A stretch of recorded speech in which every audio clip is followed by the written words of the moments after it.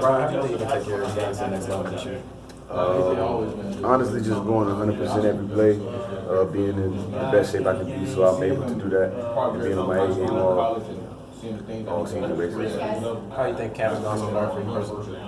Camp's going pretty smooth, there's a lot of things I can touch up on. There's always room for improvement, so I'm gonna keep working towards that and develop my game. What can you touch up on? Playing more physicality. I guess running to the ball every play, just going balls to the wall. Brian, Coach Schneider said that your get up and your speed off the line reminds him of Myles Garrett. Have you heard that from him? And I guess what does that kind of mean to you, knowing that he's comparing you to #1 pick? Nah, he hasn't told me that personally, but I mean, it means a lot. I mean, Myles Garrett is a freak, so I mean, just being compared to him in general is amazing. It's a blessing. He also said you kind of need to improve on defending the run. Is that something that you kind of always? I always had to do that. Well, what is it about the run that you need to work on defending it? Honestly, mainly it's my technique. I got to work on my technique, but the main problem is my weight, which I'm improving on. So that's the main problem. Brian, it seems like you like to talk a lot out there when you make a big play. Has that just always been your way? Does that kind of motivate your group? Honestly, no, that has not always been my way. I honestly do that just to get under the offensive skin, see if they can bounce back or get back at me. Just try to make them compete as hard as I am. So that's basically the reason I do that. You do that in games sometimes, and have you seen that work a little bit against somebody's head? I don't talk in games. Okay. How's the biggest benefit of coming down here during training camp to Bradenton? Just getting away from Tallahassee, coming to a new scene, just a new place. But it's just good to get away sometimes. That's all. You notice a change just in tempo or just the focus on from one team? No, everything stays the same. Did it kind of break up the monotony?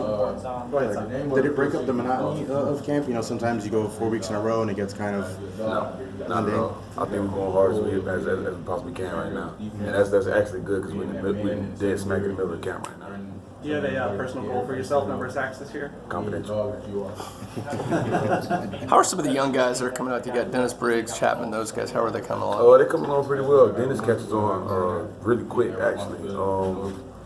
Other than that, they just got here. They just got out of high school. So as far as technique-wise, it's going to take time to develop. So that's just the process. Brian, do you feel like this new scheme frees you up to attack more? Most definitely. It really does. We don't really have to, I guess, sit back and wait and really get out the quarterback this year. That's what I plan to do. With Josh Taylor on, I think the staff kind of looked at you as a guy who needs to emerge as a leader in that group. Has that been something natural for you? Is that kind of outside the comfort zone? It's pretty natural. Before I didn't speak a lot, just led by example and did what I had to do. And but now I'm kind of in that limelight, so I have to, come up. I have to be that person. So it's fine. What did playing behind guys like DeMarcus Walker and Josh Lloyd kind of do for you? They just taught me a lot about the game. Just seeing things differently, especially D-Walk. He taught me a lot as a freshman year, and that's basically it.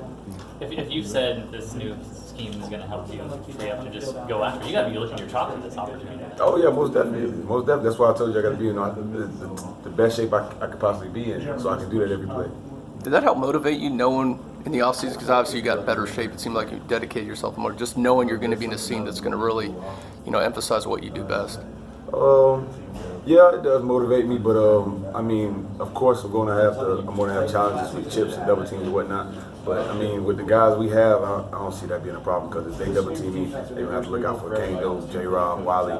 So we got guys. And how does the interior help you too? Having obviously a guy like DeMarcus and some of these other defensive tackles, does that take pressure off you too? Most definitely, Marvin, DeMarcus, Fred, everybody.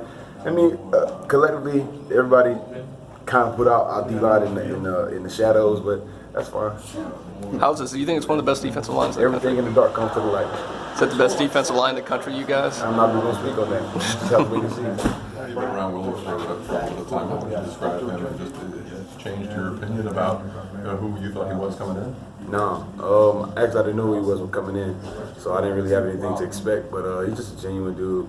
Off rip, when I first met him, we didn't talk anything about football. We just talked about we just got to know each other basically, and he hasn't changed since. Brian, there was a practice last week where we saw you kind of taunting Bailey Hockman after a sack or a fumble, and then James Blackman just came and ran up to you. You guys were helmet to helmet.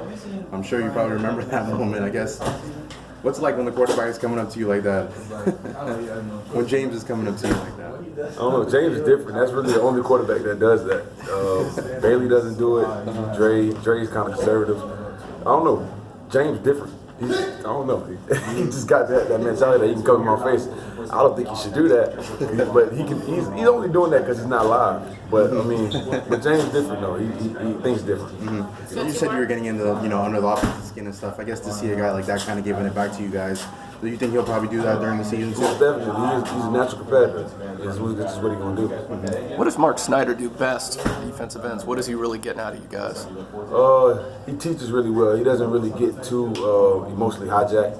So I mean, he's able to talk to our guys and teach us differently according to how we need to be taught. You know what I mean? So some guys can't take them getting in your face. Some guys you have to put them to the side and talk. He's able to do that. Thanks, Brian. No problem.